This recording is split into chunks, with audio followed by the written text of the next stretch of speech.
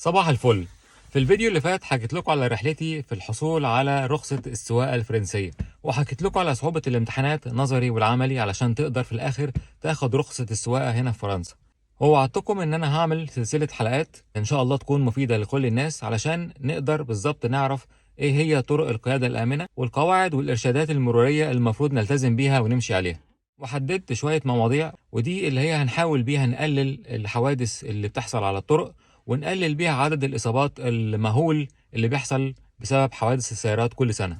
وفي الحقيقة بعد ما نزلت الفيديو ده على القناة، شركة كار سمارت عجبتهم الفكرة جدا وتواصلوا معايا وقالوا لي إن هم عايزين يبقوا سبونسر لمجموعة الحلقات الخاصة بالإرشادات والقواعد المرورية، وهم هيبقوا الراعي الرسمي للحلقات دي. شركة كار سمارت دي شركة متخصصة في خدمات السيارات في مصر، وأول شركة تعمل كارت خصومات لجميع خدمات السيارات الموجودة في السوق المصري. عندهم خدمات كتيرة جدا موجودة كلها على الويب سايت بتاعهم وعلى البيج بتاعتهم على الفيسبوك.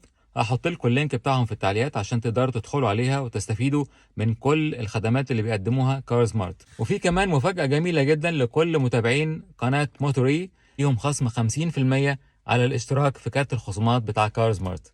وكود الخصم هيكون موجود في التعليقات وهيكون موجود على السكرين في آخر الفيديو إن شاء الله. في مجموعة الحلقات اللي هنقدمها هنبدأ بالمواضيع اللي هي هتساعدنا ان احنا نقلل الحوادث، نقلل الاصابات اللي بتحصل على جميع انواع الطرق. هنبدا في اول حلقه بطريقه التعامل مع الميادين، ازاي ندخل الميدان، ازاي نتعامل مع بعض جوه الميدان، ازاي نخرج من الميدان بطريقه امنه. كمان هنتكلم على اولويه السير في التقاطعات لان دي من اكتر الحاجات اللي بتعمل حوادث. هنتكلم على المسافه الامنه بين العربيات وبعضيها. هنتكلم على ليه انا المفروض التزم بسرعات الطريق وما ازودش عن السرعات المقرره حتى لو مفيش رادار. هنتكلم على ازاي اتعامل مع الحوادث، ازاي اتعامل مع المصابين في الحوادث لان دي حاجة مهمة جدا جدا، وللأسف طريقة تعاملاتنا مع المصابين في الحوادث طريقة خاطئة بالكامل.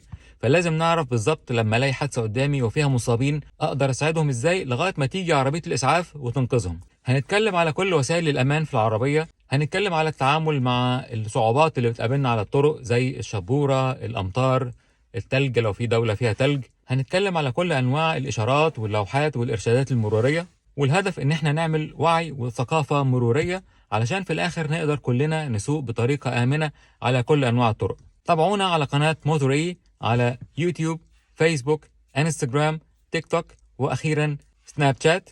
اشتركوا في القناة وفعلوا الجرس عشان يجيلكوا تنبيهات بكل الحلقات الجديدة اللي هتنزل، ويا رب تكون الحلقات دي مفيدة لكل الناس. وسلام.